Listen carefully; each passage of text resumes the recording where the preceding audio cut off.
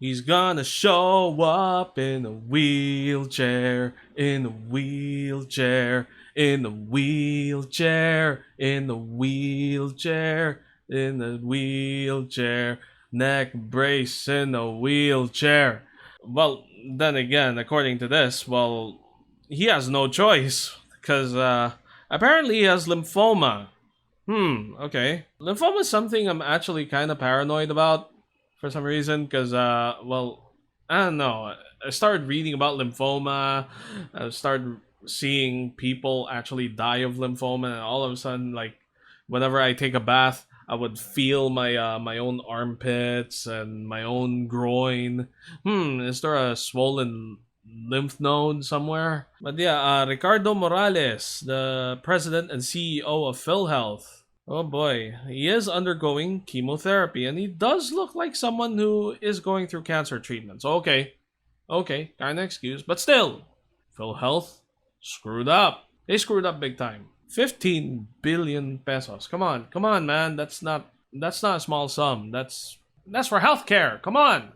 It's like there was that one time when during ECQ, I think, if I can remember correctly, a few months ago, when OFW started complaining. Oh, wait a minute, we have to actually contribute more. Oh, okay. Now it's different. Now it's voluntary. At first, it was suspended. So if you want more value out of your PhilHealth, want more healthcare when you get back here in the Philippines, pay some more. Come on, we're already outside the country and yet we have to pay more. And I know, like, from what I'm aware of, a lot of OFWs voted for the current administration. And, well, that's their choice. You know, they thought that was the best for the country. And then all of a sudden they get that. You know, they get stuffed with that. But at least now it's voluntary, right? But maybe they were actually increasing the premiums for a very good reason. Is this thing we now have on our hands, this problem? He actually endorsed the so-called overpriced IT projects. Like, you know, were they getting like Alienware and like RTX 2080 Ti's in their systems? Maybe they're using AI. They're doing data processing. I don't know.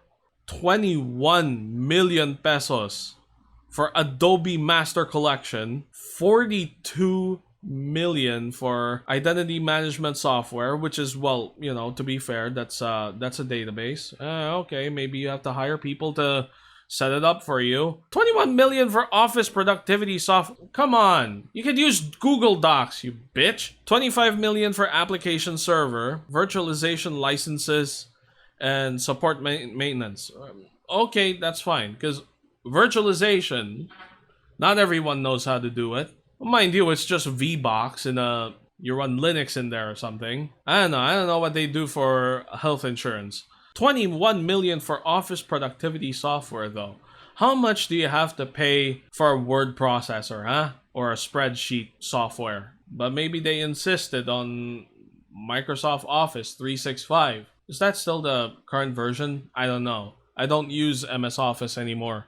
All of this is happening in the midst of, well, the Philippines being the country with the highest confirmed cases of COVID-19 in Southeast Asia. Mind you, we surpassed Indonesia, but you gotta understand, Indonesia is double the population of the Philippines, which is a pretty big population too, but you know, you gotta compare. They're roughly the same number of cases, more or less, but Indonesia, bigger country. Then again, a lot of people are saying that we have a lot of confirmed cases because we're testing a lot more people, and the other countries may not be testing everyone they need to test, and maybe they're even cheating their numbers. I don't know.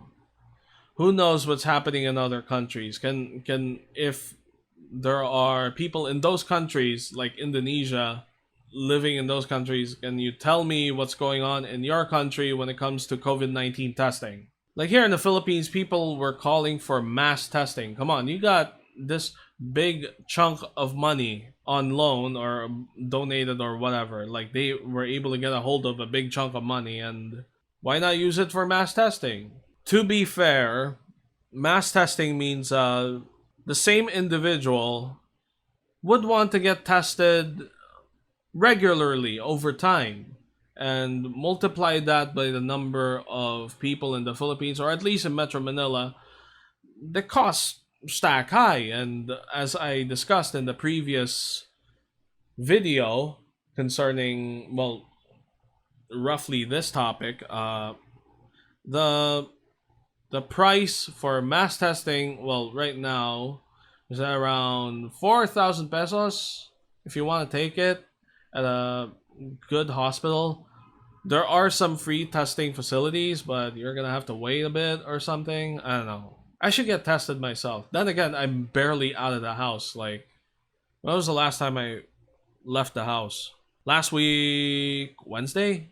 Because as far as I know, from what I've heard, from in this building where I live in, there are like a couple of people who tested positive for COVID-19, which is kind of alarming. And for a minute there, I thought, okay, I'm not leaving the house again, like in ECQ. And if I have to buy more groceries, I'm gonna have to like get it through Grab or Lala Move or something, some delivery service.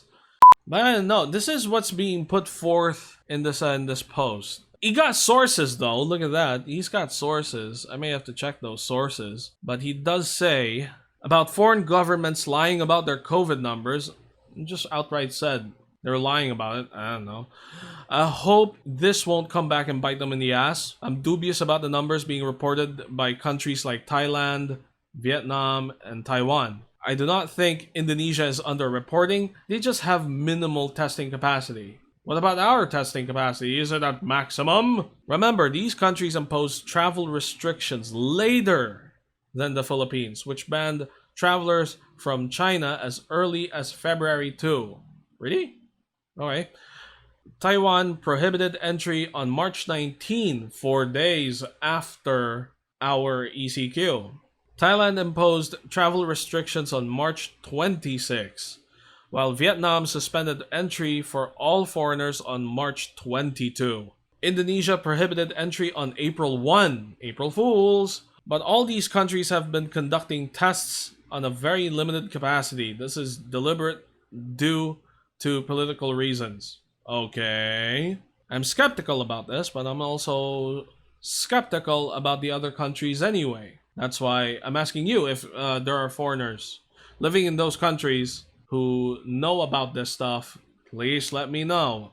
Thailand and Vietnam received a significant number of Chinese tourists annually. That's true. In January 2020 alone, Vietnam posted a record high increase of 72.6% in Chinese tourists. Let's see, let's skip ahead. As for COVID tests, Vietnam has only been conducting 0.11 daily tests per 1,000 people as of April 29. Okay, that is minuscule. They have a population of 95 million. Vietnam stopped conducting tests after April 27, according to the same data from Our World and Data.org. I don't know how good that data is if it's verified. As of August 6th, Thailand has only been conducting 0.02 daily tests per 1,000 people. Thailand's population is 70 million. Finally, in February 4, Taiwan reported 5 deaths due to a certain winter flu. The 5 deaths were all senior citizens aged between 51 to 90. Then again, on February 6th, when it was reported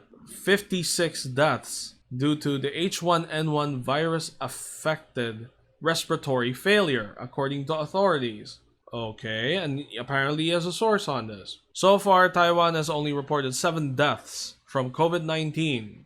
Undertesting and underreporting cases will result in prolonged economic effects of the pandemic on countries in question. That's why I commend the Philippine government for its transparency about our COVID numbers and for constantly improving on our testing capacity. Equally commendable is our low mortality rate despite the number of our cases, 99% of which are either mild or asymptomatic. Okay, so DDS? I don't know. He has data. He's not your typical DDS. Whoever wrote this, Jan Ryder. I've actually used his post before in that Beirut blast video. He seems to be on the level, but can we trust this? I don't know. He's just another nerd. He does have sources. Please verify this if you can. But I can say this. If the virus did arrive in Vietnam and Thailand, well, it's mostly one contiguous landmass with not as many islands as the Philippines or Indonesia. So, the virus would travel faster throughout the countries, right? Both Thailand and Vietnam. And Taiwan, well, it's one tiny island in the middle of the ocean. So if you hit one, it's like Madagascar. If you catch Madagascar in like Pandemic or Plague.Inc., that's it. You got it made. Yeah, it's Plague.Inc. Pandemic is you're actually fighting the virus. Anyone actually playing that game in this trying time? Fun game, I guess. There's this comment. That's why the number of test positive individuals should not be used as a gauge on government success in dealing with COVID-19. For example, Sweden only began its mass testing when the total death and number of patients in intensive care went down. And WHO was quick to point out that Sweden was not able to cope up with taking care of the sick because the number of COVID positives went up, but took that statement back once they understood the whole situation. Get it? Okay. I should verify this. It looks like there is news of Sweden topping the EU for new case numbers. Is it because they only started mass testing by then? I don't know. Sweden, whose softer approach to fighting the novel coronavirus drew global attention, has one of the EU's highest rates in new cases, but authorities say spread is slowing. In the last 2 weeks, this was in July 17, so this was a month ago.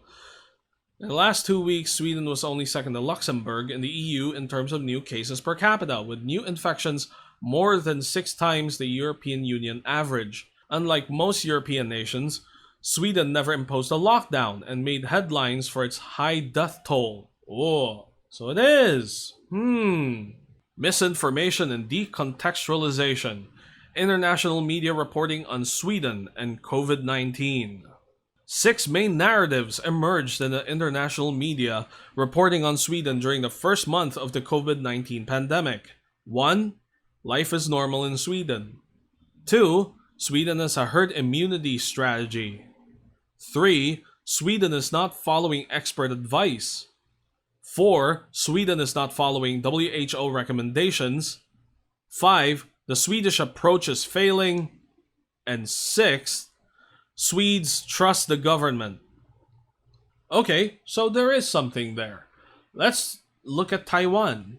Well, I have doubts on Jan Ryder's expose on Taiwan because apparently it was Taiwan that tried to warn the US and the US didn't listen because America. But Thailand, I can kind of believe. Thailand and Vietnam. Vietnam is a communist country that's only started to open up recently. I don't know if they're as communist as they used to be.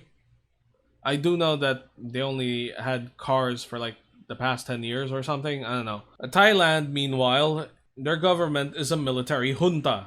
So I can kind of believe that they're a bit more strict on information and how the news is reported. According to this article, Thai authorities should immediately stop using anti-fake news laws to prosecute people critical of the government's response to the COVID-19 pandemic. Hey, wait a minute. Isn't someone actually taking notes of what they're doing? Thai authorities seem intent on shutting down critical opinions from the media and general public about their response to the COVID-19 crisis. The emergency decree provides the government a free hand to censor free speech. Okay, free speech. But, what is the worth of free speech in the face of a threat to human life? Reporting or spreading information regarding COVID-19 which is untrue and may cause public fear There we go. It's one of those scenarios of, not wanting to cause mass hysteria. It's one of those things again. As well as deliberate distortion of information, which causes misunderstanding, hence affects peace and order. Or good morale of people are prohibited. In that case, officials will suspend or edit such piece of news. If the case lead to serious impacts, the Computer-Related Crime Act or the Emergency Decree on Public Administration in Emergency Situation will be enforced for prosecution. Actual legal consequences. Isn't that kind of familiar? Yeah, they're taking notes. They're taking notes from China, from Thailand. Is Vietnam the same way? Wait, hold on. How overreaction made Vietnam a virus success. Wait a minute. Did the virus succeed or did they succeed? Who wrote this? Was Anna Jones here trying to say something? Despite a long border with China and a population of 97 million people, Vietnam has recorded only just over 300 cases of COVID-19 on its soil and not a single death. Extreme but sensible measures. When you're dealing with these kinds of unknown, novel, potentially dangerous pathogens, it's better to overreact. You see? And then, yeah, because better safe than sorry. In this case, better safe than sorry is actually kind of good. Unless you kill yourself so that you don't catch the virus, which is counterproductive, or any other measure that's counterproductive. I'm exaggerating a bit. Recognizing that its medical system would soon be overwhelmed by even mild spread of the virus, Vietnam instead chose prevention early and on a massive scale. Okay, commendable, I guess.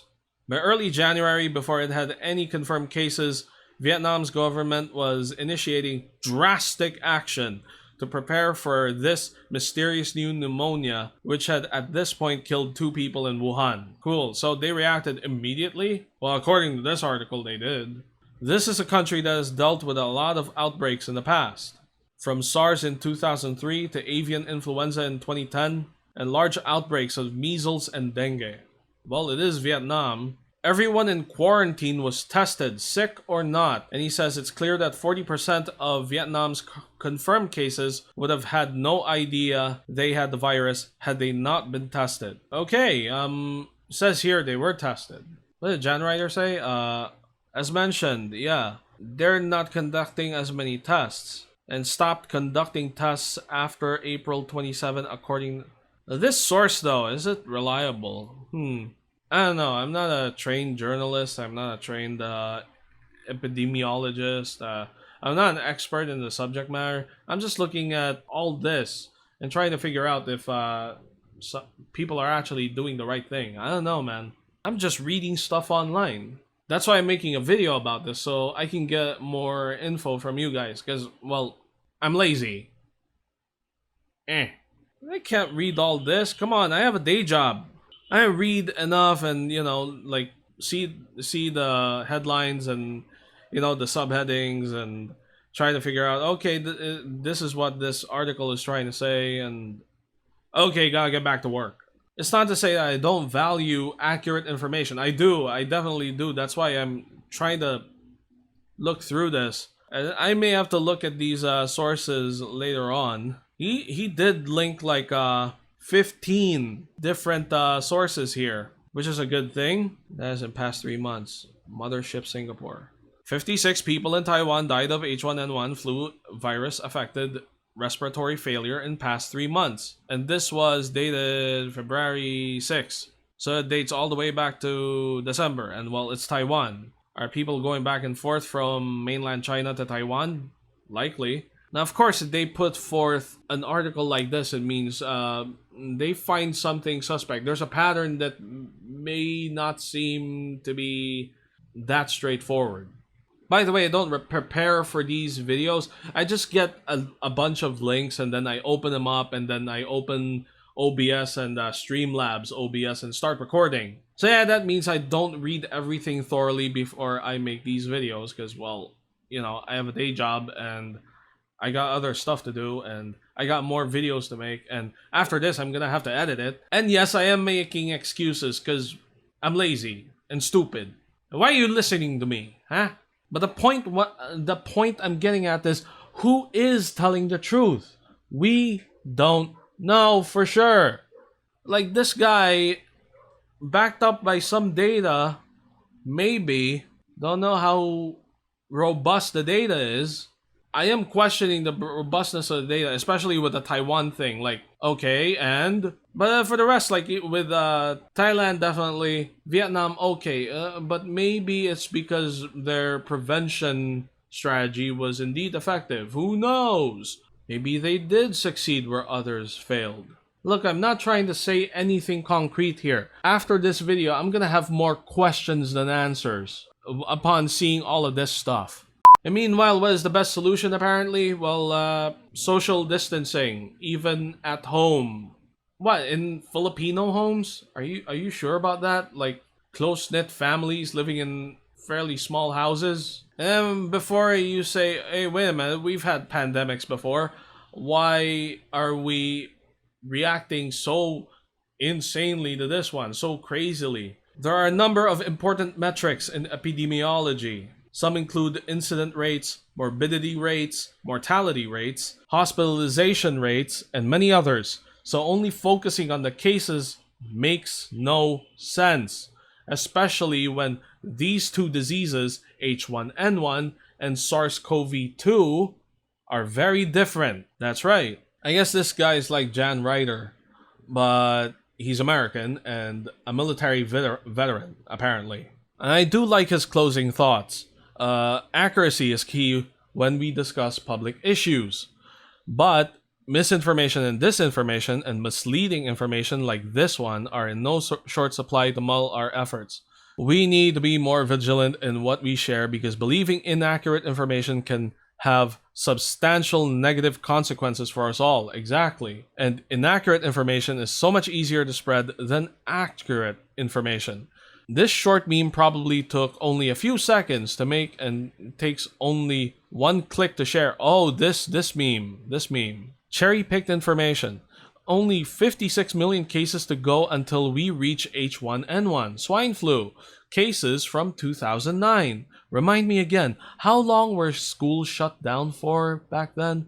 What type of masks were popular back then? Very snarky. I guess he found that meme circulating around in social media and was like, okay, I gotta respond to this with a really, really long post. This is not the meme, that's the meme. However, debunking it with cited sources takes a couple of hours to compose, so it takes longer. Yeah, the truth does take longer because it requires investigation. Falsehoods only need to touch upon your emotions, and that's easier to do because we're all human and well, we're very emotional creatures. The best way you can slow bullshit is to not share bullshit.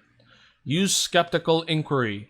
As a general rule of thumb, if a meme uses contrarian rhetoric and tries to overturn expert analyses with overly simple analogies, yeah, a lot of boomers fall for that, then there is a good chance that the meme is bogus. Look it up before sharing.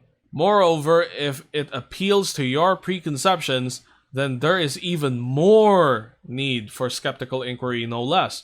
We can only solve public issues through discourse, and we can only have a meaningful discourse if we use accurate information that isn't misleading. Please do your part. Well said.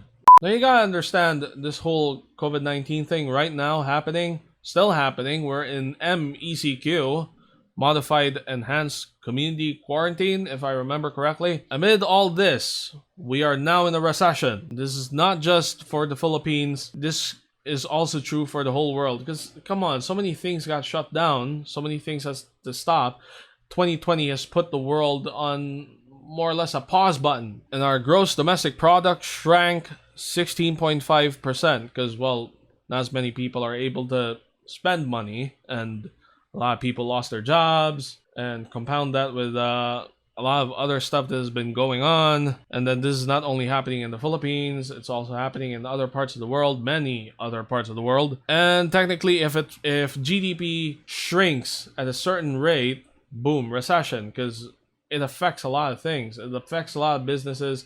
It affects a lot of consumers. Even the government is affected. Like, I know for a fact, interest rates have been dropping, like, you know, like a stone. Boom. Like, I've been looking at, well, bank stuff, and oh my god, it's murder. Inflation rate going up, interest rates going down. It's really bloody. I am very sorry if this video has been really messy, because I was thinking this video was going to conclude in a certain way, but what ended up happening was me getting even more confused, because I don't know who's telling the truth. What's going on? Like, okay, I get you. These other countries may be lying, maybe, but there are certain holes. I don't want to just connect the dots, alright? I don't want to just either have assumptions or draw conclusions. No, I want real, solid information. Can we really say, like, okay, we can make connections and, you know, we're not born yesterday, sure, but I want even more concrete proof that these countries, their governments are lying. Okay, I'll give Philippines credit. Okay, they may not be testing as much as they should. Like, we should be having mass testing. Okay. They may be just relying on really easy to deploy solutions in order to somehow manage this whole crisis. Like, just imposing curfews and lockdowns and, you know, limiting public transportation and passing an anti-terror law, whatever. I don't know. Oh, that Jan Ryder guy, he did say... He did prove his point with Sweden, which is kind of a problematic place these days, depending on whose narrative you believe in. But also, you know, it sounds like kind of a paradise for when you listen to other people. I don't know. I don't live in Sweden, but hey, PewDiePie doesn't live in Sweden anymore, so maybe there you go. For me personally, being Chinese. Born and raised here in the Philippines, though. When it all comes down to it, Pinoy ako. Can I believe Taiwan? Taiwan is kind of, I don't know, my dream destination, I guess. Yeah, Taiwan. Just fly like 3-4 hours there. That's because, well, the computer I'm recording this video with right now, Taiwanese parts, it's kind of a technological mecca in a way. So, you know, I hold a little bit of sentiment for Taiwan, you know? Tiny island, but they make almost all of the desktop computer technology that we use. But man, I'd be bummed. I'd be bummed if they're lying. I'd be bummed. I'd be bummed if Vietnam is lying. I gotta end this video. I have no proper conclusion. I'm confused.